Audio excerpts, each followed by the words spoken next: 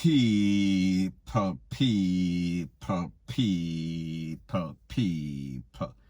Que pasa, sapa, say what they do. Now, the first thing that is popping in the news is an article that was broadcast on TVJ News. And people, it showed some dog. We are speaking about some mongrel dog in a Jamaica catching a flight. Now, based on the topic or the title of that video, it is said, from catching fleas to catching a flight. And 140 plus mongrel dogs left out to Canada. Now, people like them say, the stone that the builder refused shall be or could be the head cornerstone. And people, in this case, that is the case. So people, take a listen, take a look. And this is coming from TVJ, so therefore that is my disclaimer. I am giving the credit where the credit is due. So people, take a listen, take a look, and then I'll give my piece. We go to a different type of story now. Over 140 dogs are now in Canada after they were flown there from Jamaica. Dwayne Anderson reports.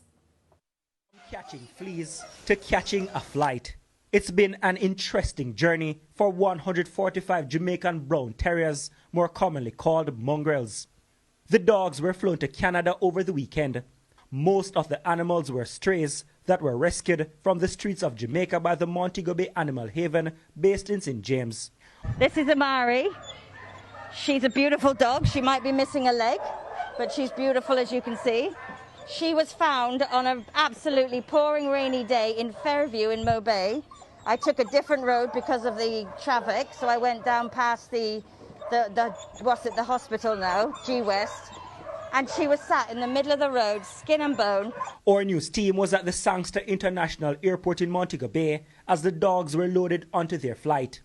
The animals did not need a visa, but a lot of other documentation had to be done before they could travel. They have to be parasite-free, so they have to be thoroughly wormed. No fleas, no ticks, nothing contagious on them. They have to be good body weight, they have to be healthy. So once our vets have given the dogs a health certificate, weighed them, aged them, because we don't know the age of some of these dogs, we get their certificate done, and then the certificate and the dog is then taken to the government vet, and she has to give it a very, very thorough examination to make sure that she agrees with everything that's been written down by our vets. And then if that is the case, we're given clearance to send the dog. There was a lot of hugging and kissing. Saying goodbye was not easy for some of the dogs' longtime caregivers. Removing these dogs and other suffering animals from the streets of Jamaica carry economic benefits, as animal-loving tourists who come to Jamaica and see the maimed or dead dogs on the country streets are turned off from visiting again. Now these pictures and videos were shared with us of some of the animals in their new homes in Canada. Some already enjoying walks with their new owners. This one has been outfitted in a little dog jacket to help brave the freezing temperatures. The animals were sent to Canada thanks to a partnership with Save Our Scruff, which is a non-profit dog rescue charity located in Toronto and southern Ontario. Oh, mate, who leave this nice dog here, man? With our passport and everything. I have to take him back to England, man. Oh, one thing, this dog look thief in her ass though. Look like he never pump. Now people, you know that after that thing broadcast on TVJ, there was all sorts of memes, and people, this is the first one. Letter to Yard. Now people, you know that program that comes on Jamaica in Christmas where people that live in foreign send all sorts of messages to their family members back in Jamaica. So that is a reflection of that. The next one is this, people. Days after migrating to Canada, Jamaican mongrel Winston got married to secure his citizenship. So people, we say he is not making any kind of delays. He is setting up himself and make sure say him can't get deported. The caption in the next one said something like this. Rex in Canada, I watch him a bad mind him.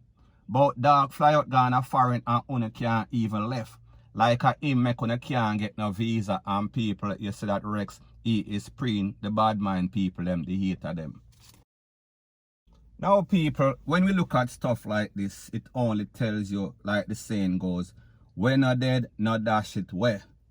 And people, I did not even know that the mongrel dog in Jamaica had some sort of official name.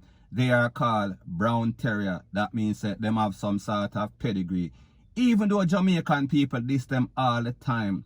And in this case, we see say the foreigner them pick them up, them dust them off, and them turn them in a somebody. While Jamaicans, them kick them in them ribs. And they also fling all sorts of big stone after them. And people, what is the motivation behind this? Because people, the truth and the facts that whenever you see anything like this, it is always beneficial to Jamaica. Because we've heard a lot of tourists, when they come to Jamaica, they are turned off. They are disgusted by the amount of mongrel dogs that are roaming all over the street.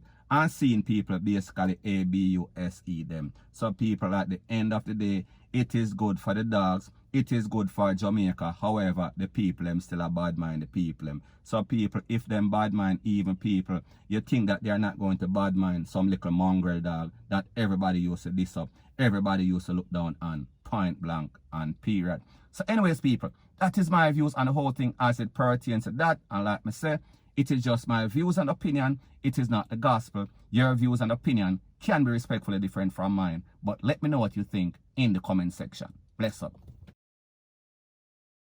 Now before I move to the next part of my video, please subscribe to my next channel. It is called Jamaica Dancehall Source, and I'll be pinning the link to that channel in the description of this video. And also, please subscribe to this channel. And when you subscribe to this channel, please press the notification bell or icon, and also press all in the option. Now people, continuing on the topic of bad mind and grudgeful. Now maybe about in last year, I got a picture from somebody on WhatsApp, and it shows a number that is a number that I use on WhatsApp, and that number is 1-876-894-2711. However, it had a picture, and under the picture it says blogger, so therefore I guess this is supposed to be me. And people, this is the picture right here. Now people, there's a reason that I don't show my face on YouTube, and that is because that is how I started blogging. And because I realize that this is something very serious, because we talk about certain people, certain corrupted people, so therefore I don't show my face. The next thing is that I am not a picture person. I am never a person that was always on social media, snap for the gram, Snapchat, whatever you want to call it. So therefore, I am a very private person. Now, when I got this video the first time, I was like, wow, people are really obsessed. People are really, I don't even know what to call the word, bad mind. Them have some sort of interest in how I look. They are intrigued, and people, I am sure that you've seen it in the comment section. Show your face. Now, most of these persons that are commenting, they are men. And most of these persons are some set of bloggers that are hiding behind some sort of fake account. So therefore, them have some sort of obsession with me. I don't know why. I am not Lil Kev. I am not Shibada. I am not one of those types. So therefore, I don't really date men. I don't really have any sort of association with most bloggers like you see. However, people, you've heard the lies. You hear people talk to me a popo. You hear bloggers say me contact them. And I talk about me, rate them, rate it, lele, blah, blah, blah. Now, people, if you know anything about me, you know that I am a private person. And if and when you call my number, it is the hardest person to get next to God. So therefore, I am not trying to say that I am G-O-D, me just I say. I am a very busy person, and I have a whole lot of persons, thousands of persons on WhatsApp. So therefore, the chances of getting me are basically zero. So therefore, the point that I am trying to make is that whenever you send me any sort of text, I get to it as soon as I get the chance, because I am the type of person that I don't get people involved in my business. So therefore, I am doing everything. I am hands-on with everything that I do, including WhatsApp, including YouTube. However, people, like we say, these persons, and remember, these are big men in them 40s, 50s. So therefore, obviously, we see that these persons, they are not gainfully employed. They don't have a life. They don't have a wife. And what is even more disturbing, it seems that them have some sort of man affection or man obsession, sorry. And people, this is my disclaimer right now. I don't date men. I don't like men. I am not interested in men, especially fishy bloggers. So therefore, please leave me alone. Point blank and period. So anyways, people, that is my views on the whole thing as it pertains to that. And like me say, it is just my views and opinion. It is not the gospel. Your views and opinion can be respectfully different from mine. But let me know what you think in the comment section. Bless up.